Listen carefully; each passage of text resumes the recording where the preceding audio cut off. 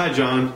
For your Christmas present, I'm going to teach you everything you need to know about my favorite game and yours, Cosmic Encounter. But first, give me a second to set the game up.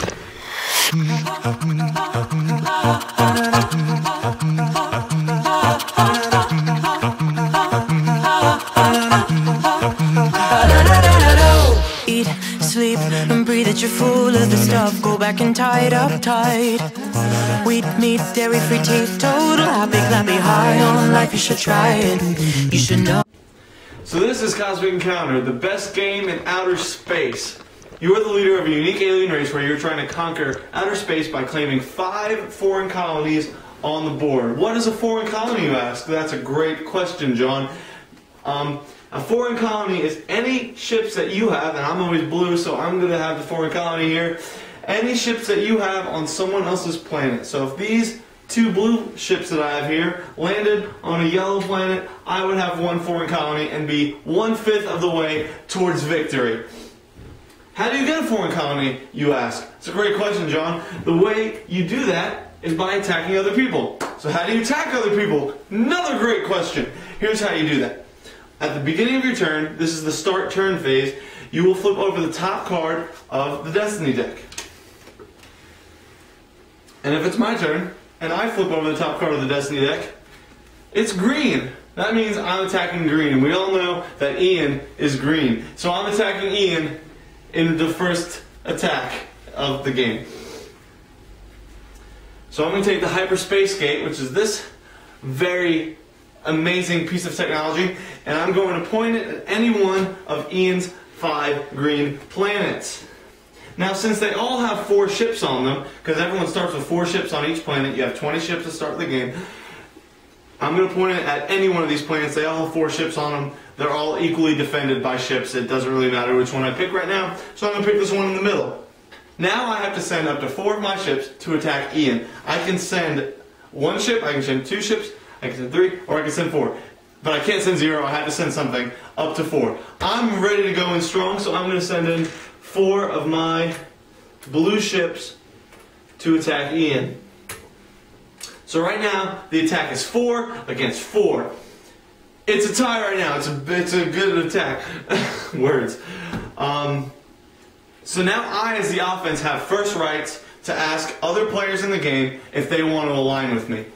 So I could ask Sarah, who's yellow. I could ask Chris, who's red. Or I could ask Ashton, who's purple. I could ask any last one of them to help me attack Ian.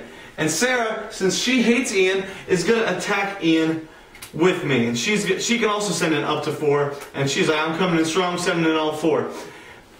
Chris, who's like my best friend, is like, I'm going to help, but I'm only going to help with 2. So he helps with 2. Then, after I have chosen all of my allies, or they've chosen to side with me, the defender has a right to ask if he wants defenders or defensive allies with him or not. And Ashton's like the only one out of the party, so she's like, we're roommates, I'll help you out. So she sends in 4 ships. So right now, I have 10 ships on my side, my 4, Sarah's 4, and Chris's 2, and Ian has his 4 and Ashton's 4, so he has 8. We have now passed the alliance phase, and we are headed towards the planning phase, where both main players, that's the terminology used in this game, I'm the main player as the offense, Ian's the main player as the defense, everyone else involved are allies. Everyone in the game is going to have a hand of cards, and at this point, both main players are going to use attack cards to attack the other player. This is going to be Ian's card, this is going to be my card. You play them face down, and you flip them over, and they have numbers on them. The number on the card is going to add to the ship total to give you your final total. So Ian has 8 ships and a 10 card, that's 18. I have a 6 and 10 ships, that's 16. So right now Ian has 18, I have 16. Higher total wins. So Ian, as the winner, has won the battle, and all of the opposing ships die and go to the warp. I'm going to move these cards, I don't know if they're in the way or not, but... And they die and go to the warp. Now Ian and his side has won. Ian, as the defensive main player, he gets to stay on his planet and not die. That's what he gets for winning. Ashton, since she helped Ian, gets 4 rewards. She gets a reward for every ship that she put in the encounter. So since she put in 4, she gets 4 rewards. What's a reward, you ask? That's a great question, John. she gets 4 cards from the deck, or 4 ships from the warp, or a combination of both. So she can get 2 of her dead ships back and 2 cards. She can get 3 and 1. She can do whatever combination she wants, equaling 4 between cards and ships. So let's go back to our little situation here, as if it didn't happen. So right now Ian and I are still attacking each other. Just rewind in time a little bit.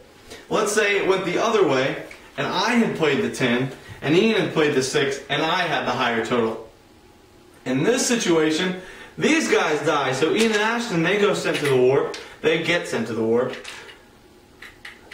And me, Sarah, and Chris all land on Ian's planet. And we all move up to 1 foreign colony on the board. So we have a little scorekeeper here on the warp, and with our little pieces on it. And we'd move up to 1 together, all attacking Ian's planet. Hurrah, we win. Now, since it's possible for multiple people to land on a planet at once, it is possible for multiple people to land on their 5th colony together, meaning that multiple people can win this game. So if we had all been at 4 and attacked Ian and won, we would all landed on Ian's planet, all gotten 5 at the same time, and all won the game. So let's go back to the situation. There's another type of card that can be played, and I'm going to show you what that is right now. If we both play our cards face down, I play a negotiate card, this green one, and Ian plays a 6. Here's how this works. A negotiate card, when played against any number, automatically loses. So the negotiate is a loser against any number. So we would all die, and they would win. However, I now collect compensation from Ian for my 4 ships. So I get as many ships as I put in the encounter worth of compensation. So I get 4 cards out of Ian's hand as compensation for playing the negotiate, throwing the encounter, losing the encounter, whatever, to Ian, but we still all die. Now what would happen if both players played negotiate? If both players lay down negotiate cards, they've called the battle off, all allies would go home, and me and Ian would have 1 minute to make a deal. Now a deal is an exchange of something. It has to be 1 for 1. You can't say, I'll give you 5 and you give me 5. Nothing like that. Usually this means I'll give you a colony and you give me a colony. You exchange 1 for 1. You both move up on the board. Everyone goes home happy. Or you could exchange cards. You could give a card for a card. You can give a card for a colony, whatever. It has to be 1 of something in the game for 1 of something in the game. So let's, a little bit of a different example. Chris has decided in this encounter that he does not want to be a part of it. So it's 8 ships on 8 ships. Another type of card that can be played is the morph card. It's this card with the big M on it. So this card morphs itself into whatever the opponent played. So this becomes a 6 and essentially cancels out the cards. So right now it's just coming down to ships. And I have 8 ships and Ian has 8 ships. It's a tie. In the event of a tie, the defender wins. So right now the way it is, Ian wins, tie goes to the defender, end of story. However, if it's tied or we're losing, I could play a reinforcement card to add to my total. So this is a +2, this would add 2 to my side, and we're ahead, we win. Now this could go on forever. Ian could have some reinforcements that he throws down that adds to his total, and this can go until people either decide to stop playing cards or they run out of reinforcements, or until something is resolved and someone has a higher total. So that's how reinforcements work. That's the other card, and anyone can play a reinforcement. It doesn't have to just be me and Ian. So Sarah could have played one, and Ashton could have played one. Anyone in the encounter can play a reinforcement. One of 2 things can happen at the end of an encounter. If the main player on the offensive side wins or makes a successful deal, they can go up to 1 more time. So you can have up to 2 encounters in 1 turn. However, if they lose, it just moves on to the next person clockwise, and it becomes their turn. Another rule I forgot to mention earlier is at the beginning of your turn, you can retrieve 1 ship out of the warp for free at the beginning of your turn. And if you have a second encounter because you win, you get 1 more ship. So you can get 2 free ships back if you win on your turn. So quick recap of how it works. You start your turn, then you go into the regroup phase, which is where you can get a ship out of the warp for free. Then you go into Destiny, where you flip over the Destiny card that decides who you're going to attack. Then you launch your ships on the hyperspace cape up to 4. Then you can invite allies, both offensive and defensively. Then you go into the planning phase where you choose which attack card you're going to play. Then you go into the reveal phase where you reveal the cards. And then you go into the resolution where you resolve all the cards, all the reinforcements, anything that happens. And that's the whole course of one encounter. The next type of card I want to talk about is the artifact card. The artifact cards are these blue cards. Now I'm not going to explain every single one of them, but they're just special cards that you can use throughout the game to do different things. Ionic gas is one. Quash, you can kill a negotiation that happens. There are these blue cards that have special effects, and as you're playing the game, it explains them clearly on the card, so I'm not going to explain every one of them, but these are some cool cards that you can get in your hand and play.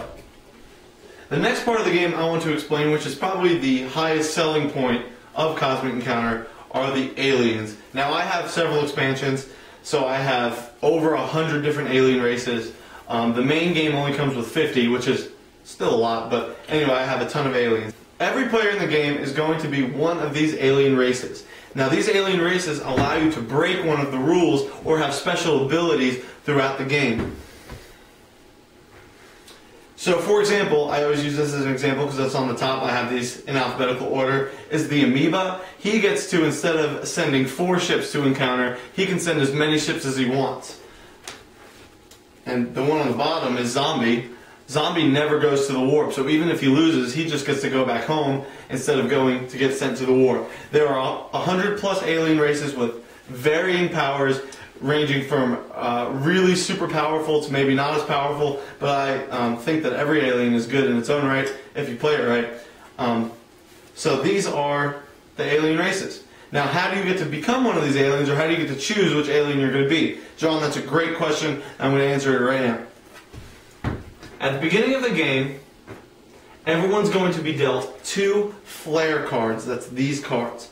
There is 1 flare card for every alien race in here. There's 1 flare card that corresponds to every alien race. I want you to listen carefully because everyone gets confused at this part. Everyone's going to get 2 flare cards. When you receive your 2 flare cards, you will look at the top of the flare card to see what alien race it is. So for example, I have the Filch flare right now. It says the alien race on the top of it. When you get your 2 alien flare cards, you will get the big alien race card that corresponds to them with the actual power on it, and then you will get to choose which alien you want to be of those 2. Now these flare cards, everyone's going to have 2, and all of these flare cards are going to get shuffled back into the main deck, which could end up in your hand. So you could end up with some of these cards in your hand. Now, the things written on these cards, there's 2 things written on these cards. There's a wild power and a super power. If you get the flare card in your hand that corresponds with the alien that you chose, you get the ability to use the superpower that is written on the card. So if I was the Filch and I had this card, I could use the superpower. Now if I was some other alien and I wasn't the Filch, I could use the wild power that was written on the card. And the cool thing about flares is once you use them, you can put them back in your hand and use them again later. Unless, someone through some means gets it out of your hand or steals it or card zaps it with an artifact or something like that. The next thing I want to talk about are tech cards. Tech cards came in the original game. It's a variant, so you don't have to play with them, but they're pretty cool. So everyone's going to get 2 tech cards at the beginning of the game, and they can choose one of them. The tech cards have a number at the bottom of them. They have a power written on them that you can read and decide which power you want to get. But every tech card has a number at the bottom. This one has a 5 at the bottom of it. So with the tech card, you're going to put it down on the table, and at the beginning of every turn, of every encounter, you can take one of your ships and put it on top of this tech card. Once you reach the number of ships that is written on the card, so once I get 5 ships on this card, I can activate the tech card, remove the ships, and then play the tech card whenever I'd like, according to when you're allowed to play it, to what the card says. So those are pretty cool. There's some pretty powerful ones in there. One of them lets you destroy a planet. One of them lets you get a free colony on someone else's planet. So these are pretty cool. and we use them a lot. The next few things I want to talk about are things that have been added through expansion. First cards I want to talk about are rewards cards. Rewards cards are these special blue cards. The way you get rewards cards is by helping on defense. Remember earlier I said if you help on defense and win, you get defensive rewards. Now, with the rewards deck, instead of drawing your rewards cards from the normal deck, you can now draw them from the special blue deck. Now this deck has some cool things in it that you've seen before, like attack cards and reinforcements, but it has a couple new things in it that I want to talk about. The two new types of cards that are in the rewards deck are rifts and kickers. I'll first talk about kickers. Kickers are ×0, ×2, and ×3. You use kickers with your attack cards. So you have to announce that you're playing a kicker when you lay your cards down. So if I was playing this 12 and I want to play the kicker with it, I play them both down, flip them over. The 12 now becomes multiplied by 2, making it 24, and that's how a kicker works. But you have to announce that you're playing kicker with your attack card. The other type of card, that new card that's in the rewards deck, is a rift. A rift is a rift, I believe 3, 4, and 5. They have the number at the top of them. This is used to retrieve ships on the warp. So if you have the Rift 4, at any time you can play this card and get 4 of your ships from the warp. Or you can give other people ships. So if you only had 1 ship in the warp, but you wanted to get someone else a couple ships, you can give yourself 1 and give someone else 3, up to 4 of any ships from the warp. Now the thing with Rift cards is, if it gets stolen out of your hand, so if I'm holding my hand of cards and someone steals the Rift card, it's like a little booby trap in your hand. They lose 4 ships to the warp by stealing the rift from you. And that's basically, those are the new things of the rewards cards. There's other cool things, like I said, like attacks and reinforcements and stuff. The next deck I want to talk about is the hazard deck. The way hazard cards work is when a Destiny card with a hazard symbol around the corner of it, I don't know if you can see it, but this Destiny card has little circles around the top circle. That means there's a hazard card. That means a hazard card is drawn. When a hazard card is drawn, you draw it, you read it, and you take its effect. For example, this hazard card is reverse rewards. When this hazard card's in play, defensive allies receive a colony if their side wins, and offensive allies receive rewards if they win. So reverse rewards, the allies get the opposite of what they would normally get. There are some crazy things in here. One of my favorites is the Entropy Beast. The Entropy Beast causes planets to get destroyed, and at a certain point, if so many planets are destroyed, the game ends and everyone loses. So these things can go from like not so powerful to really crazy powerful, and those are hazard cards.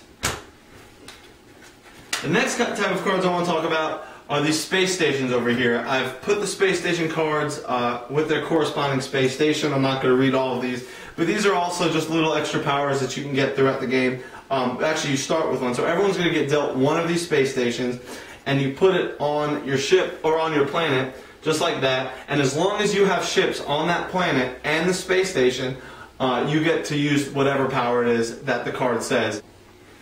If someone comes in and attacks this planet and wins, they steal the space station and the power that goes with it. And the rules say that you can play a way where if you get 5 space stations, you win the game. And John, that's how you play Cosmic Encounter. I never want to hear that I never taught you how to play ever again. I hope you've enjoyed. Merry Christmas.